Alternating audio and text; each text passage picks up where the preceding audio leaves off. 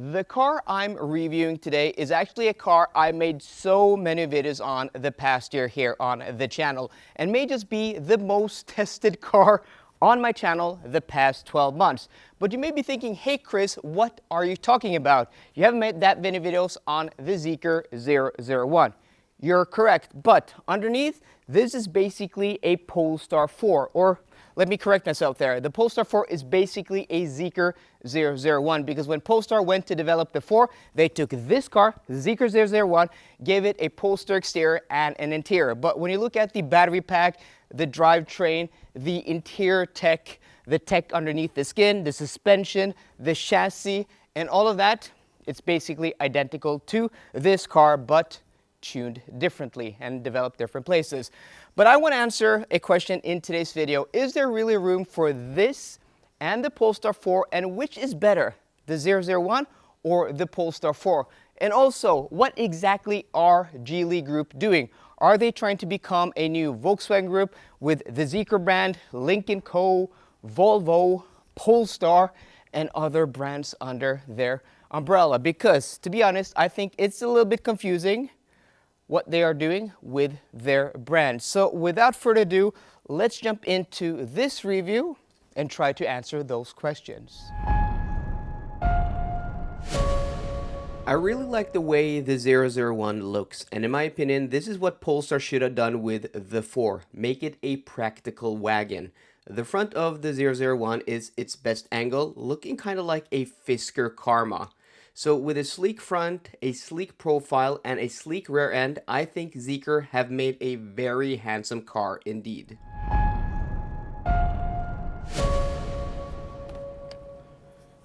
Even though this is a lower type of vehicle, a wagon or a hatchback, you step more into it than you do down. It's more like a crossover in that sense, and that is because the car is actually quite tall for being a wagon. Like compared to something like a Taycan, this is a lot taller. Your seating position is a lot higher. I feel like I'm sitting in a crossover, and there are a few reasons for that. So first off, this is a skateboard platform, so you have the battery pack in the floor underneath the seats. And this seems to be a phenomenon with Chinese cars, is that you can't get the driver's seat low enough. It doesn't go lower than this. This is the lowest.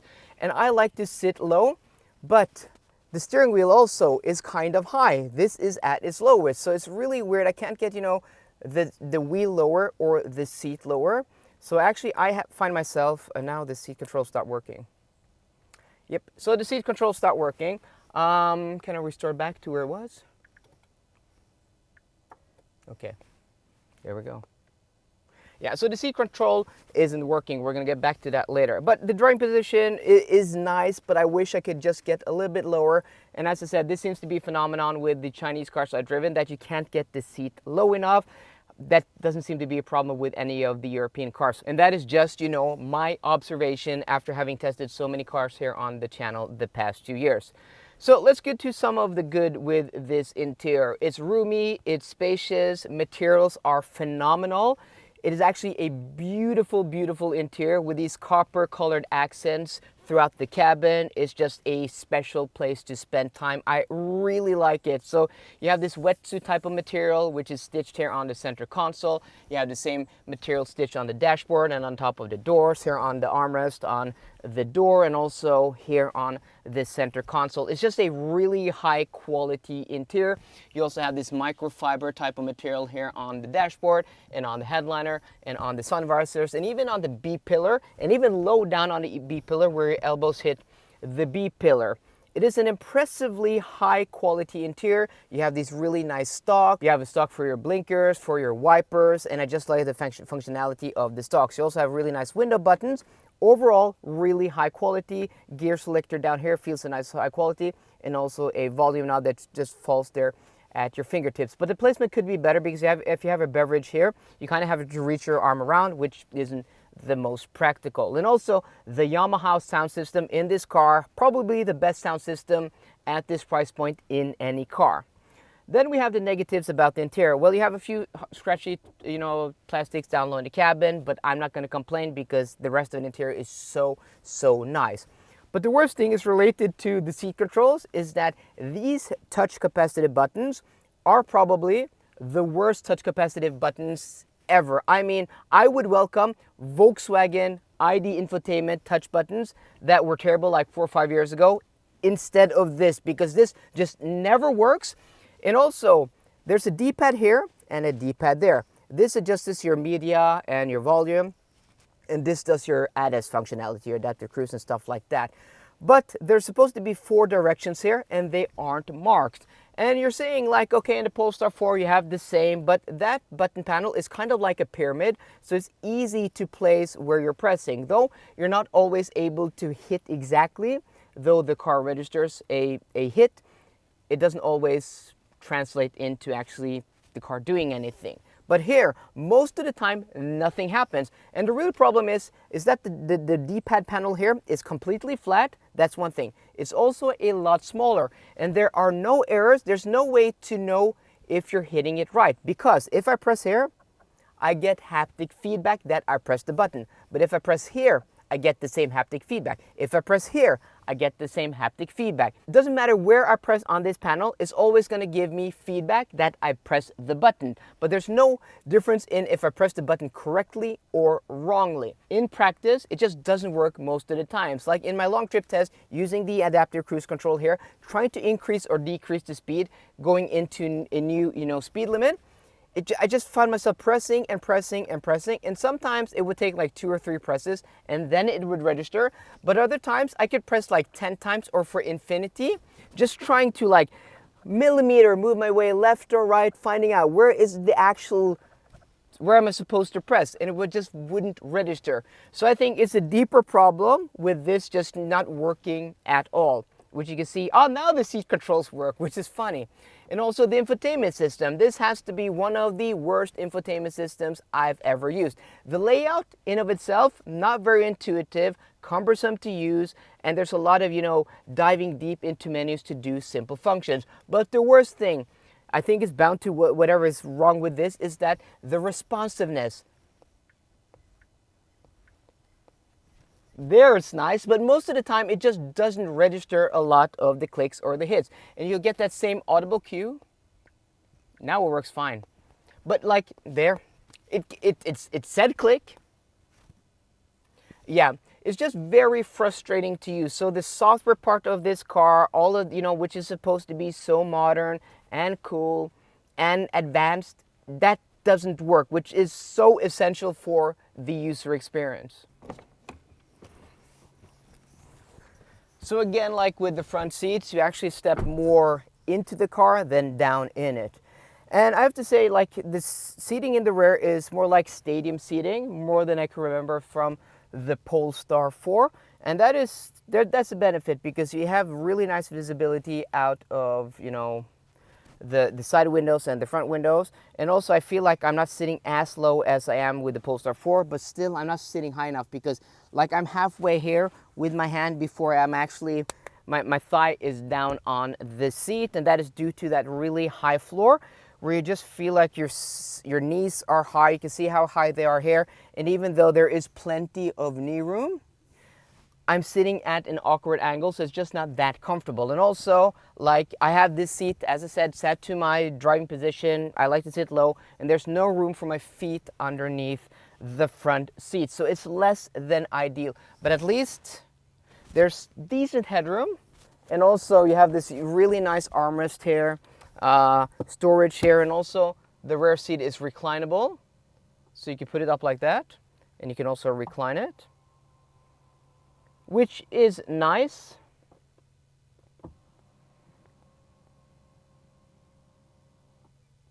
So I'm not going to complain too much about the rear seat experience, but I just wish the floor was a little bit lower.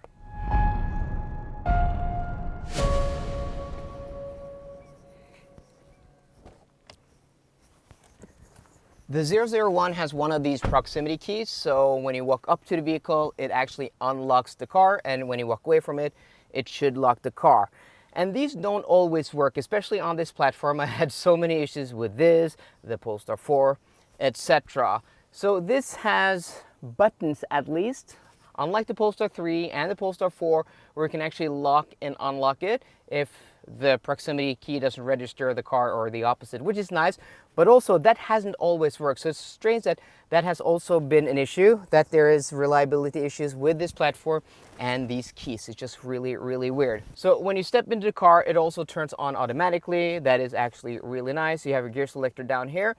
But with all cars sold now in the EU or the European Economic Zone after June or July 2024 GSR2, which is that, new mandate, you have to have systems like lane keep assist, speed limit warning, and also driver alert or driver monitoring systems turn on. If you turn them off, every key off, key on cycle. So every time you step into the car, these systems are always on. And a lot of cars I've driven have, these buried in menus, and also like the Polestar 4, which this is related to, has this in a buried menu. But here you have a drop down, which is really nice. And you can actually customize this. There we go. So you have different things you can have, as your shortcuts. This is the setup I have. So you have your head-up display on and off. So here you can turn off lane keep assist, speed limit warning, and also driver alert, which is really nice to have the shortcuts right there on hand. You also have your drive modes up here. The Zeekr 7X had them tethered to a hard button here. Having them here is fine, and today it seems like the infotainment system is actually working pretty nicely and responsively. But the week I've had this car, there have been days where this just doesn't register. I also had in my long trip test, I had problems with the sensors and cameras where none of the sensors of the ADAS would work at all. So let's set off in comfort. And let's see that these systems didn't reset. So sometimes lane keep will turn on after leaving the car to go to the shops, while these others, like overspeed warning and driver status monitoring, won't. It's just really weird and inconsistent.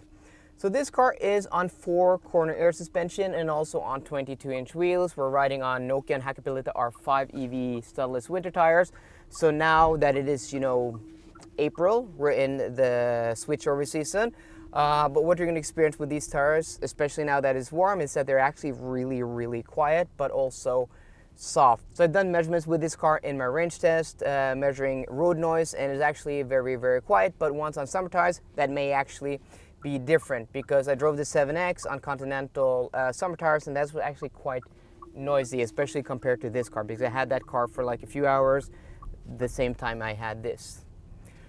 So for being a car on 4-corner air suspension, it's not as soft and as supple as you would think it is, which I think is kind of a missed opportunity, because they could have made it a lot softer in sport, and it's just not as comfortable as I wish it was.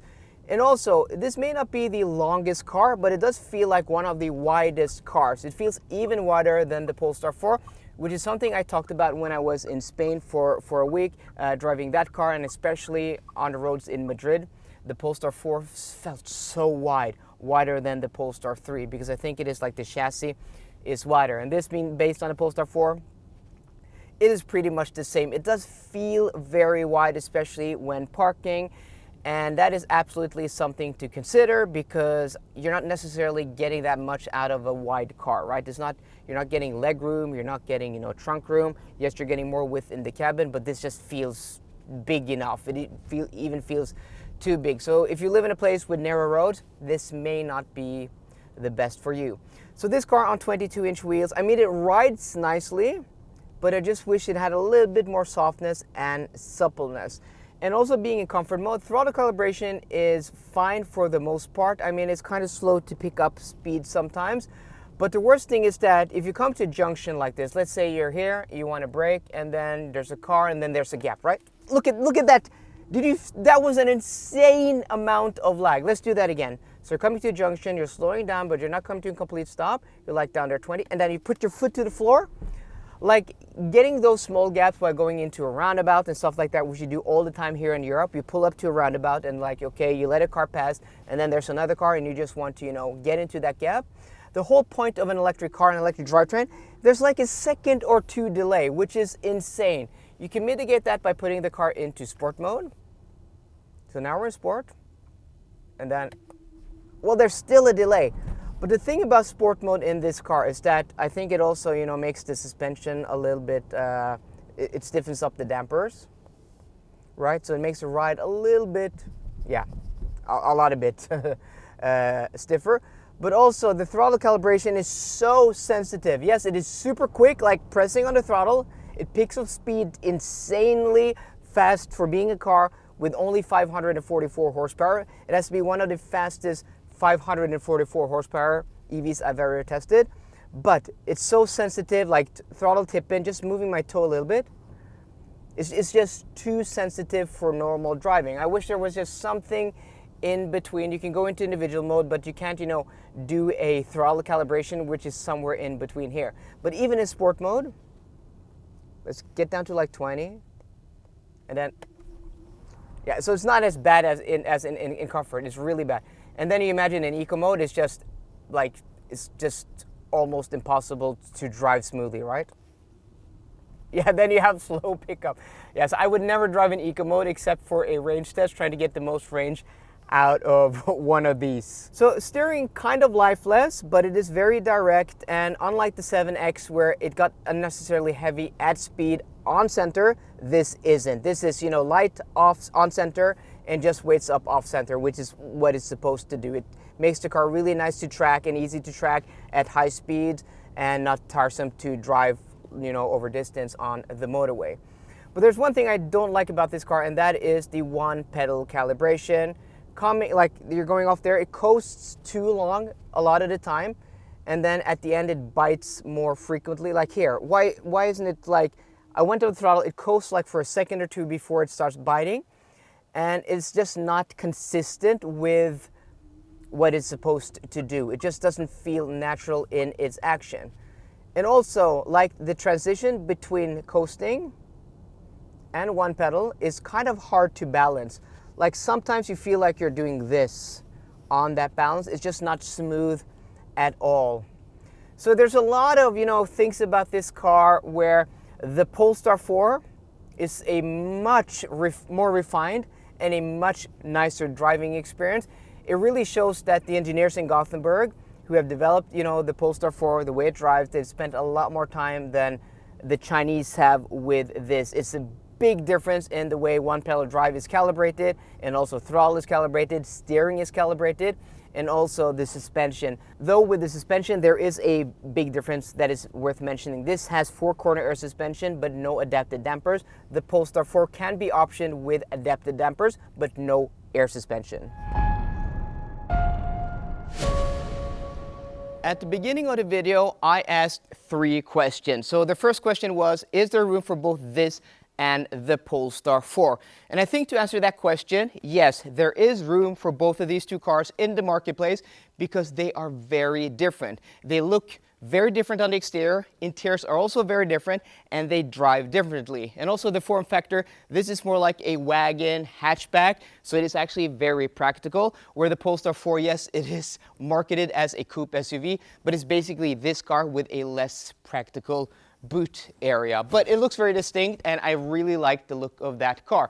So I think they differentiate themselves enough from each other that there's room for both of these in the marketplace. But which is better? Well, I think this looks great. I also think it is more practical. The sound system is also amazing, but there's been so many issues with this car over the week I've had it. It's hard to even recommend this car.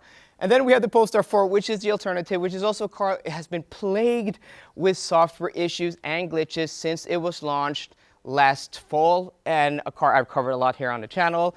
And it's hard to recommend that car because I just keep experiencing issues with that car, and I think it is down to this platform. So if you were to choose any of them, I'd probably recommend the Polestar 4 because I think it looks better, it drives better, it has a nicer interior to live with because things actually work better than with this. And then lastly, what the heck is going on with the Geely Group brands? Which is supposed to be here compared to the others, and which is supposed to be here, and which is supposed to be, their Volkswagen, their Audi, etc., etc. And I think it is very confusing because in this space here, they now have the Zeekr brand, they have Polestar, and then they have Volvo.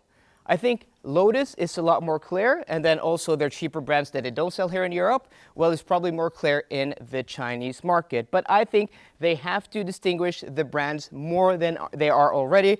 Some brands have to be very clear, like this is supposed to be our Audi, you know, our premium entry, and then this is supposed to be maybe our Skoda, less premium, but more practical, more sensible, maybe a little bit more boring. I think it has to be more clear to the public which brands are where in the brand hierarchy. So I think what they're doing now isn't a good enough job. So to wrap up this video, I think there's actually another car from this brand I would rather recommend than this, and that is the new 7X. And despite that car also having software issues, it seems to be bound to this platform. The issues have been less than what they have been with here.